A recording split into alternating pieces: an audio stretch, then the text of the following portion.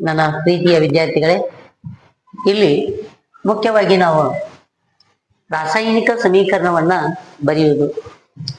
ಹಾಗಾದ್ರೆ ರಾಸಾಯನಿಕ ಸಮೀಕರಣಗಳನ್ನ ನಾವು ಯಾವ ತತ್ವದ ಮೇಲೆ ಬರಿತೀವಿ ಅಂದ್ರೆ ರಾಶಿ ಸಂರಕ್ಷಣಾ ತತ್ವದ ಮೇಲೆ ಬರಿತೀವಿ. ರಾಶಿ ಸಂರಕ್ಷಣಾ ತತ್ವ ಅಂದ್ರೆ ಏನಪ್ಪಾ? ಯಾವುದೇ ರಾಶಿಯನ್ನು ಸೃಷ್ಟಿಸಲು ಸಾಧ್ಯವಿಲ್ಲ ಮತ್ತು ಅದನ್ನ ಲಯಗೊಳಿಸಲು ಸಾಧ್ಯವಿಲ್ಲ. ಆ ಒಂದು ತತ್ವದ ಮೇಲೆ ರಾಸಾಯನಿಕ ಸಮೀಕರಣಗಳನ್ನ ನಾವು ಬರಿತೀವಿ ಅನ್ನುವಂಥದ್ದು.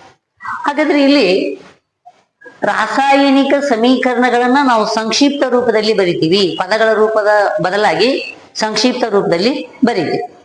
ಹಾಗಾದ್ರೆ ಇಲ್ಲಿ ಮ್ಯಾಗ್ನೀಸಿಯಂ ಪ್ಲಸ್ ಆಕ್ಸಿಜನ್ ಅದ್ರ ಜೊತೆಗೆ ವರ್ತಿಸಿದಾಗ ಮ್ಯಾಗ್ನೀಸಿಯಂ ಆಕ್ಸೈಡ್ ಉಂಟಾಗ್ತೈತಿ. ಹಾಗಾದ್ರೆ ಯಾವಾಗ್ಲೂ ನಿಮ್ಮ ಎಡಭಾಗಕ್ಕ ನಿಮ್ಮ ಎಡಭಾಗ ಲೆಫ್ಟ್ ಹ್ಯಾಂಡ್ ಸೈಡ್, ನಿಮ್ಮ ಎಡಭಾಗಕ್ಕ ಯಾವಾಗ್ಲೂ ಏನಿರ್ಬೇಕಂದ್ರ ಪ್ರತಿವರ್ತಕಗಳು ಇರಬೇಕು. ನಿಮ್ಮ ಎಡಭಾಗಕ್ಕೆ ಪ್ರತಿವರ್ತಕಗಳು ಇರಬೇಕು.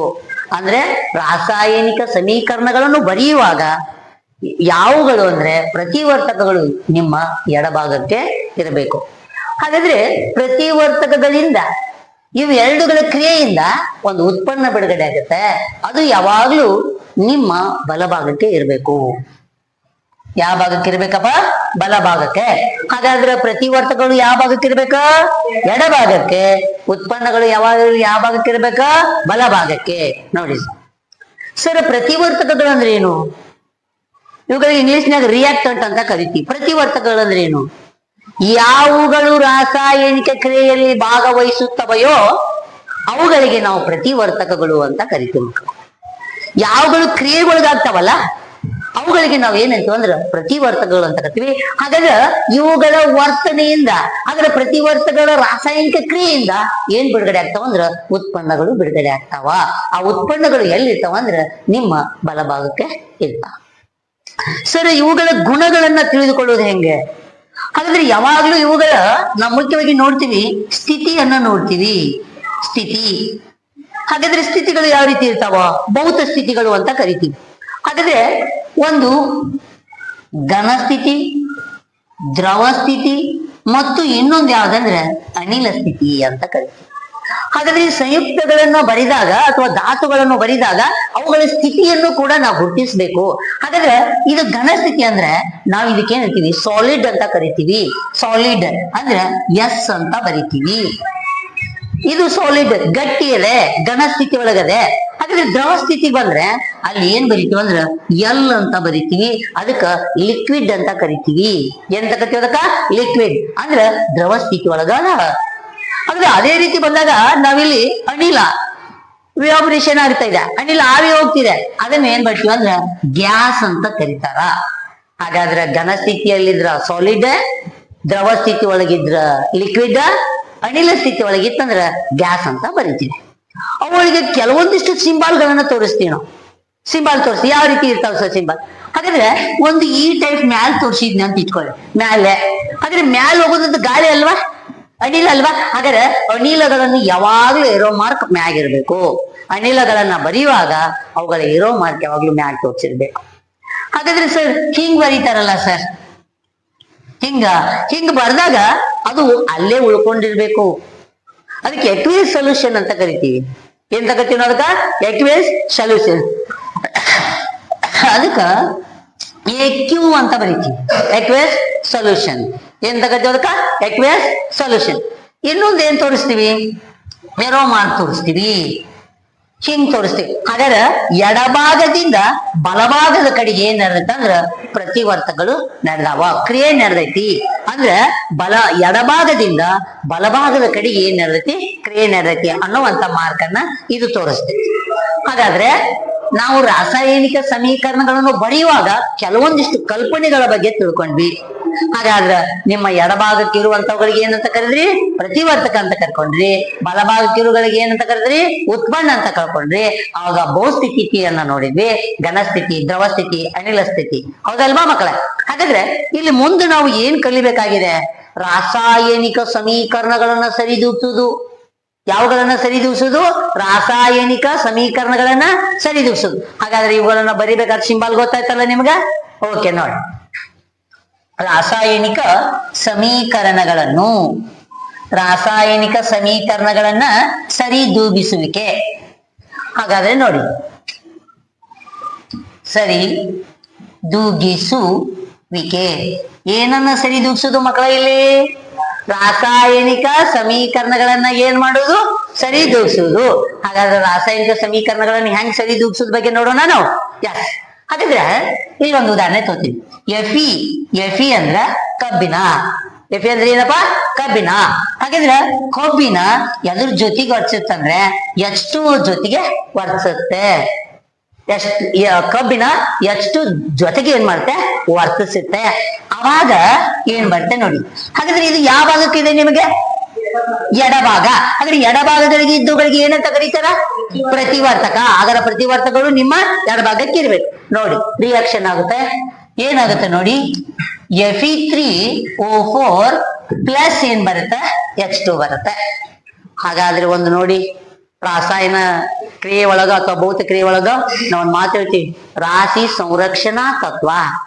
ರಾಶಿ ಸಂರಕ್ಷಣಾ ತತ್ವ ಸರ್ ಏನ್ ಹೇಳುತ್ತೆ? ಯಾವುದೇ ವಸ್ತುವನ್ನು ಸೃಷ್ಟಿ ಮಾಡಲು ಸಾಧ್ಯವಿಲ್ಲ, ಲಯಗೊಳಿಸಲು ಸಾಧ್ಯವಿಲ್ಲ. ಆದ್ರೆ ಅವುಗಳ ಫಾರ್ಮ್ಸ್ ಅಂದ್ರೆ ಅವುಗಳ ರೂಪವನ್ನು ಏನ್ ಮಾಡ್ತೀವಿ ನಾವು? ಬದಲಿಸಬಲ್ಲೆವು. ಹಾಗಾದ್ರೆ ಸರ್ ಇಲ್ಲಿ ಒಂದು ಉದಾಹರಣೆ ಕೊಡ್ತೀವಿ ನಾವು. ಏನ್ ಸರ್, ವ್ಯಾಪಾರ ಮಾಡಕ ಹೋಗಿರ್ತಾರ, ಹೋದವ್ರಿಗೆ ತಕ್ಕಡಿ ಬೇಕಾಗತ್ತ. ಏನ್ ಬೇಕಾಗತ್ತಪ್ಪ? ತಕ್ಕಡಿ. ಹಾಗಾದ್ರೆ ಈ ಟೈಪ್ ಒಂದ್ ತಕ್ಕಡಿ ತೆಗಿತೀನಿ ನೋಡ್ರಿ. ಇದು ಒಂದ್ ತಾಕಡಿ ಅಂತ ಇಟ್ಕೋರಿ. ಇದು ಒಂದ್ ತಾಕಡೆಪ್ಪ, ಇದು ಒಂದ್ ತಾಕಡಿ. ಈ ಟೈಪ್ ಇರ್ತಾವ ನೋಡಿ ತಕ್ಕಡಿ ತೂಕ ಮಾಡಕ್. ಹಾಗಾದ್ರೆ ರಾಸಾಯನಿಕ ಸಮೀಕರಣಗಳನ್ನ ಕೂಡ ನಾವು ಏನ್ ಮಾಡ್ಬೇಕಂದ್ರೆ ತೂಕ ಮಾಡ್ಬೇಕು, ಅಂದ್ರೆ ಸರಿದೂಗಿಸ್ಬೇಕು. ಏನನ್ನ ಸರಿದೂಗಿಸ್ಬೇಕಂದ್ರ ಅವುಗಳಲ್ಲಿ ಇರುವಂತ ರಾಶಿ ತೂಕವನ್ನ ಮಾಡ್ಬೇಕು ನಾವು. ಅವುಗಳಲ್ಲಿರುವಂತ ರಾಶಿ ಅಂದ್ರೆ ಅದ್ರ ಮಾಸ್ ಎಷ್ಟಿದೆ ಅನ್ನೋದನ್ನ ಕಂಡುಹಿಡಿಬೇಕು ನಾವು. ಸರಿ ಹಂಗ್ರಿ ಸರ್ ಇದನ್ನ ಕಂಡುಹಿಡಿದು. ಹಾಗಾದ್ರೆ ನೋಡಿ, ನಾವು ಎಲ್ಲಂದ್ರ ಮಾರ್ಕೆಟಿಗೆ ಹೋಗಿರ್ತೀವಿ. ಮಾರ್ಕೆಟಿಗೆ ಹೋದಾಗ 1 kg ಕಲ್ಲು ಹಚ್ತಾರ, ನೋಡಿದೀರಿ ಹೌದಾ? ಹಾಗಾದ್ರೆ ಅದೇ ರೀತಿ 1 kg ಏನ್ ಹಚ್ತಾರ ಅಂದ್ರೆ ವಸ್ತುಗಳನ್ನ ಹಚ್ತಾರ. ನಾವು ಯಾವ ವಸ್ತುಗಳನ್ನ ತೊಗೊಳಕ್ ಹೋಗ್ತೀವಿ ಆ ವಸ್ತುಗಳನ್ನ ಹಚ್ತಾರ. ಹಾಗಾದ್ರೆ ಅದಕ್ಕೂ ಕೂಡ ಕರೆಕ್ಟ್ 1 kg ಇರ್ತೈತಿಲ್ಲ. ಹಾಗಾದ್ರೆ ಇದಕ್ಕ ನಾವು ಏನಂತೀವಿ? ತೂಕ ಅಂತ ಕರಿತೀವಿಲ್ಲ. ಹಾಗಾದ್ರೆ ಇದು ಎಡಭಾಗಕ್ಕೆ ಐತಲ್ಲ, ಎಡಭಾಗ. ಹಾಗಾದ್ರೆ ಎಡಭಾಗವು ಇದ್ದು ಯಾವ ಪ್ರತಿವರ್ತಕಗಳು? ಎಡಭಾಗಕ್ಕಂದ್ರೆ ಏನಂತ ತಿಳ್ಕೊರಿ? ಪ್ರತಿವರ್ತಕ ಅಂತ ತಿಳ್ಕೊರಿ. ಇಲ್ಲ ಬಲಭಾಗಕ್ಕೆ ಐತಂದ್ರ ಅದಕ್ಕೇನಂತ ತಿಳ್ಕೊರಪ್ಪ? ಉತ್ಪನ್ನ. ಹಾಗಾದ್ರೆ ಪ್ರತಿವರ್ತಕ ಮತ್ತು ಉತ್ಪನ್ನಗಳ ಸಂಖ್ಯೆ, ಅದರ ರಾಶಿ ಏನಾಗಿರ್ಬೇಕು? 2 ಸಮ ಆಗಿರ್ಬೇಕು. ಹಾಗಾದ್ರೆ ಇವುಗಳ ರಾಶಿ, ಪ್ರತಿವರ್ತಕಗಳ ರಾಶಿ ಮತ್ತು ಉತ್ಪನ್ನಗಳ ರಾಶಿ 2 ಏನಾಗಿರ್ಬೇಕು? ಸಮ ಆಗಿರ್ಬೇಕು ಅನ್ನೋದನ್ನ ಮುಖ್ಯವಾಗಿ ನಾವು ಏನ್ ಮಾಡ್ಬೇಕು? ಗಮನಿಸ್ಬೇಕಾಗತ್ತೆ ಮಕ್ಕಳು. ಇಲ್ಲಿ ನಿಮ್ ಆನ್ಯುವಲ್ ಎಕ್ಸಾಮ್ಗೆ ಇದ್ರ ಒಳಗೆ ಸಮೀಕರಣಗಳನ್ನ ಸರಿದೂಗಿಸಿದ್ರೊಳಗ 2 ಮಾರ್ಕ್ಸಿನ ಕ್ವಶನ್ ಬರುತ್ತೆ ನಿಮ್ಗೆ. ಸರಿ ಹೆಂಗ್ ಬರ್ತದೆ ಸರ್? ಇದು ಸಮೀಕರಣ ಸರಿ ಐತಾ?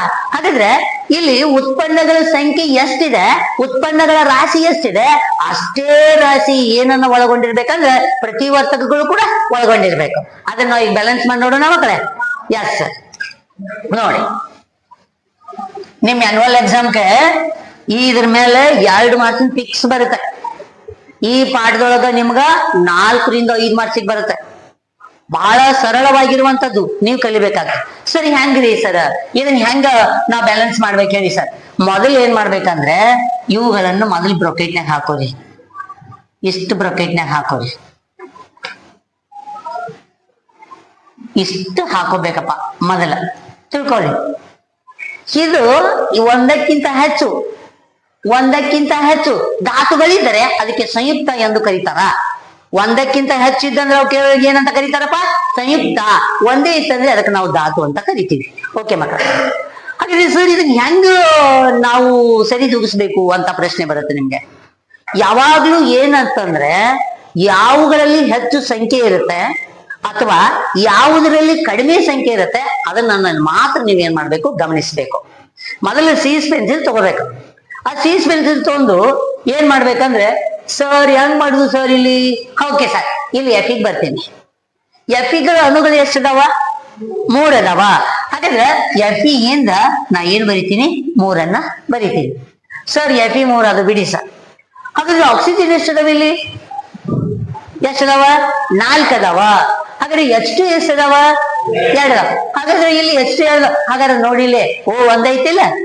ಹಾಗಾದ್ರೆ ಇಲ್ಲಿ ಎಷ್ಟದವಪ್ಪ? 4. ಹಾಗಾದ್ರೆ ಅದ್ರ ಹಿಂದ ಕಣ್ಣು ಮುಚ್ಕೊಂಡ್ 4 ಹಾಕ್ಬಿಡಿ. ನೋಡಿ ಸೋರ್ ಎಷ್ಟು ಜಾಸ್ತಿ ಅದವಲ್ಲ. ಹಾಗಾದ್ರೆ 4 2 8 ಅಲ್ವಾ? ಹಾಗಾದ್ರೆ 4 1 4. ಹಾಗಾದ್ರೆ ಓ ಎಷ್ಟದು? 4 ಅದು. ಹಾಗಾದ್ರೆ H ಎಷ್ಟದು? 8. ಸರ್ ಅಲ್ಲಿ 2 ಅದಾವಲ್ಲ ಸರ್, ಏನ್ ಮಾಡ್ಬೇಕೀಗ ಹೇಳಿ ನೋಡೋಣ. Very good. ಇಲ್ಲಿ ಎಷ್ಟು ಹಾಕ್ಬೇಕಾ?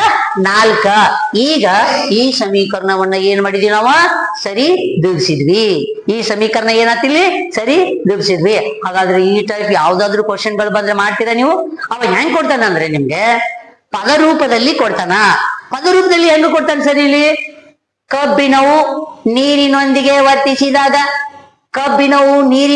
ವರ್ತಿಸಿದಾಗ ಕಬ್ಬಿಣದ ಆಕ್ಸೈಡ್ ಮತ್ತು ಹೈಡ್ರೋಜನ್ ಅನ್ನು ಬಿಡುಗಡೆ ಮಾಡುತ್ತದೆ. ನಿಮಗ ಅದನ್ನ ಮೊದಲು ನೆನ್ಪಿಟ್ಕೊಳ್ಳಿ. ಕಬ್ಬಿಣ ಅಂದ್ರ Fe, ನೀರು ಅಂದ್ರ H2O, ಫೆರಿಕ್ ಆಕ್ಸೈಡ್ Fe3O4 ಅಂದ್ರೆ ಕಬ್ಬಿಣದ ಆಕ್ಸೈಡ್ ಪ್ಲಸ್ ಅದ್ರ ಜೊತೆಗೆ ಏನ್ ಬಂದದ? ಹೈಡ್ರೋಜನ್. ಇದನ್ನು ಮೊದಲು ನೀವು ಗಮನವಿಟ್ಟು ಆ ಪದಗಳ ರೂಪದಲ್ಲಿ ಇದ್ದಿದ್ದನ್ನ ನೀವು ಸಂಕ್ಷಿಪ್ತ ರೂಪದಲ್ಲಿ ಬರ್ಕೋಬೇಕು. ಧಾತುಗಳ ರೂಪದಲ್ಲಿ ಏನ್ ಮಾಡ್ಕೋಬೇಕಾ? ಬರಿಬೇಕಪ್ಪ. ಗೊತ್ತಾಯ್ತಾ ಮಕ್ಕಳೇ?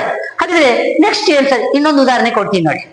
ಈಗ ಮುಂಚೆ ಹೇಳಿದೆ ನಾನು ಮ್ಯಾಗ್ನೀಸಿಯಂ ಬಂದಿದೆ. ಮ್ಯಾಗ್ನೀಸಿಯಂ ಆಕ್ಸಿಜನ್ ಜೊತೆಗೆ ವರ್ತಿಸಿದಾಗ ಮ್ಯಾಗ್ನೀಸಿಯಂ ಆಕ್ಸೈಡ್ ಆಗುತ್ತದೆ.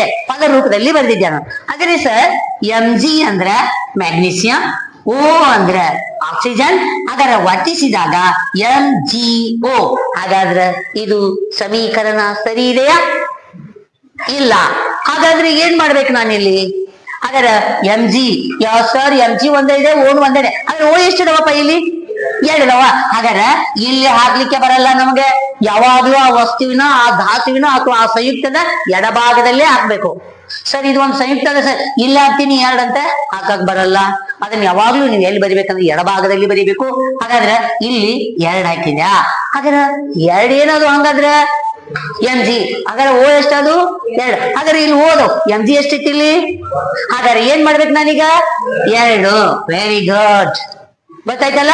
ಇಂಥ ಬೇಕಾದ ಸಮೀಕರಣಗಳು ಬಂದ್ರು ಮಾಡ್ಲಿಕ್ಕೆ ಆಗುತ್ತಾ ನಿಮ್ಗೆ? ಮಾಡಕ್ಕಾಗುತ್ತಾ? ನೋಡಿ ಇನ್ನೊಂದು ಕೊಡ್ತೀನಿ. C+O2 easy. CO2. ಹಾಗಾದ್ರೆ ಬ್ಯಾಲೆನ್ಸ್ ಮಾಡ್ಬೇಕಾ? ಏನ್ ಬ್ಯಾಲೆನ್ಸ್ ಅದೇ ಇದು? ನೋಡಿ ಮಕ್ಕಳೇ, C ಒಂದಿದೆ. O ಎಷ್ಟದಾವ? 2 ಸರ್ ಬ್ಯಾಲೆನ್ಸ್ ಇದೆ. ಒಮ್ಮೊಮ್ಮೆ ಈಗ ಟೈಪ್ ಆಗುತ್ತೆ. ಹಾಗಾದ್ರೆ ಮುಖ್ಯವಾಗಿ ನಾವು ಇನ್ನೊಂದು ಕಲಿತಾ ಹೋಗ್ತೀವಿ. ಏನಪ್ಪಾ ಅಂತಂದ್ರೆ ದ್ಯುತಿ ಸಂಶ್ಲೇಷಣೆ. ಗೊತ್ತೈತಲ್ಲ ದ್ಯುತಿ ಸಂಶ್ಲೇಷಣೆ? ಹಾಗಾದ್ರೆ ಸಸ್ಯಗಳಲ್ಲಿ ದ್ಯುತಿ ಸಂಶ್ಲೇಷಣೆ ಆಗುತ್ತಾ? ಹಾಗಾದ್ರೆ ಸಸ್ಯಗಳಲ್ಲಿ ದ್ಯುತಿ ಸಂಶ್ಲೇಷಣೆ ಆಗ್ಬೇಕಾದ್ರೆ ಯಾವ್ದ್ರ ಅವಶ್ಯಕತೆ ಇದೆ? ಸರ್ ಸಸ್ಯಗಳಿಗೆ ಕಾರ್ಬನ್ ಡೈಆಕ್ಸೈಡ್ ಅವಶ್ಯಕತೆ ಐತಿ, ಹೌದಿಲ್ಲಪ್ಪ? ಹಾಗಾದ್ರೆ ಅದ್ರ ಜೊತೆಗೆ ಸಸ್ಯಗಳಿಗೆ ಯಾವ್ದ್ರ ಅವಶ್ಯಕತೆ ಐತಿ? H2O. ಹಾಗಾದ್ರೆ ಸಸ್ಯಗಳು ದ್ಯುತಿ ಸಂಶ್ಲೇಷಣೆ ಕ್ರಿಯೆಯನ್ನು ಮಾಡಿಕೊಳ್ಳುವುದರಿಂದ ತಮ್ಮ ಆಹಾರವನ್ನು ತಾವೇ ತಯಾರಿಸಿಕೊಳ್ಳುತ್ತವೆ, ಹೌದಲ್ವಾ? ಹಾಗಾದ್ರೆ ಸಸ್ಯಗಳು ಪತ್ರರಂಧ್ರಗಳ ಮೂಲಕ ಕಾರ್ಬನ್ ಡೈಆಕ್ಸೈಡ್ ಅನ್ನು ತೆಗೆದುಕೊಂಡು ಅದರ ಬೇರಿನ ಮೂಲಕ ಜೈಲಂ ಅಂಗಾಂಶದ ಮೂಲಕ ನೀರನ್ನು ತೆಗೆದುಕೊಂಡು ಪತ್ರ ಹರಿತದ ಸಹಾಯದಿಂದ ಸೂರ್ಯನ ಬೆಳಕಿನಲ್ಲಿ ತಮ್ಮ ಆಹಾರವನ್ನು ತಾವೇ ತಯಾರಿಸಿಕೊಳ್ಳುವಂತ ಸಂದರ್ಭದಲ್ಲಿ ಏನ್ ಬಿಡುಗಡೆ ಆಗತ್ತಂದ್ರೆ C6H12O6 plus O2 plus H2O. ಯಪ್ಪ ಸರ ನೋಡಿ ಸರ್, ಇಲ್ಲಿ ಎಡಭಾಗಗಳಿಗೆ ಇದ್ದುಗಳಿಗೆ ಏನಂತ ಕರೀತಾರ? ಪ್ರತಿವರ್ತಕ. ಬಲಭಾಗದಲ್ಲಿದ್ರೆ ಉತ್ಪನ್ನ. ಹಾಗಾದ್ರೆ ಉತ್ಪನ್ನಗಳು ಎಷ್ಟಿರ್ತಾವ ಪ್ರತಿವರ್ತಕಗಳು ಅಷ್ಟೇ ಇರ್ಬೇಕಲ್ಲ ಮಕ್ಕಳ ಇಲ್ಲಿ. ಹಾಗಾದ್ರೆ ಇದು ಸಮೀಕರಣ ಸರಿಯಾಗಿದೆಯೇ? ನೋಡಿ ಸಮೀಕರಣ ಸರಿಯಾಗಿದೆ ಇದು. ನೋಡಿ ಮಕ್ಕಳೇ, ಸಮೀಕರಣ ಸರಿ ಇಲ್ಲ. ಹಾಗಾದ್ರೆ ನಾವು ಏನ್ ಮಾಡ್ಬೇಕೀಗ? ಸಮೀಕರಣವನ್ನ ಸರಿದೂಗಿಸ್ಬೇಕು. ಬಹಳ ಸಿಂಪಲ್ ಹೇಳ್ತೀನಿ. C ಎಷ್ಟದೆ? 6. ಕಣ್ಣು ಮುಚ್ಕೊಂಡು 6 ಹಾಕಿ, ಹೌದಲ್ಲ ಮಕ್ಕಳು ಇಲ್ಲಿ? ಹಾಗಾದ್ರೆ C ಇಲ್ಲಿ O ಎಷ್ಟದು? 6 2 12. 12 1 17 ಇಲ್ಲಿ ಐತನ ಸರ್ ನೋಡಿ. 12 1 13 ಆಗ್ತೀನಿ. ಹಾಗಾದ್ರೆ ಓ ಸರ್ ಇಲ್ಲಿ 6 ಅದ, ಇಲ್ಲಿ 2 ಅದ, 8 9 ಇಲ್ಲ ಸರ್, ಇದು ಬ್ಯಾಲೆನ್ಸ್ ಇಲ್ಲ. ಹಾಗಾದ್ರೆ ಏನ್ ಮಾಡ್ಬೇಕು ಸರ್? ನಾನು ಇಲ್ಲಿ ಏನ್ ಮಾಡ್ಬೇಕು? ಈಗ ಒಂದು ಉದಾಹರಣೆ ತೋತೀನಿ. ಇಲ್ಲಿ 12 ಹಾಕ್ಬಿಡ್ತೀನಿ. 12 ಹಾಕ್ಬಿಟ್ಟು 12 ಎರಡ್ಲೆ 24. 24 ಹೆಚ್ಚು ಆಗ್ಬೇಕಲ್ಲ, 24 ಹೆಚ್ಚು. ಹಾಗಾದ್ರೆ ಇಲ್ಲಿ 12 ಐತಿ. ಹಾಗಾದ್ರೆ ಇಲ್ಲಿ 6 ಹಾಕ್ಬಿಡ್ತೀನಿ. 12 ಪ್ಲಸ್ 6 ಎರಡ್ಲೆ 12. 12 12 24 ಹೆಚ್ಚಾಗ. ಓಕೆ, 6 ಸಿ ಅದು, ಇಲ್ಲಿ 6 ಸಿ ಅದು. ಈಗ ಯಾವ್ದು ಉಳಿತು ನಮ್ಗ? ಓ ಉಳಿತಿಲ್ಲ, ಓ ಉಳಿತಿಲ್ಲ. ಹಾಗಾದ್ರೆ ಸರ್ ಇಲ್ಲಿ 6 ಎರಡ್ಲೆ 12, 12 ಒಂದ್ಲೆ 12, 6 ಎರಡ್ಲೆ 12, 12 ಒಂದ್ಲೆ 12, 12 ಒಂದು 12 24 ಆಯ್ತು. 24. ಹಾಗಾದ್ರೆ ಸರ್ ಇಲ್ಲಿ 6 ಅದಾವ ಸರ್, ಇಲ್ಲಿ 6 ಅದಾವ.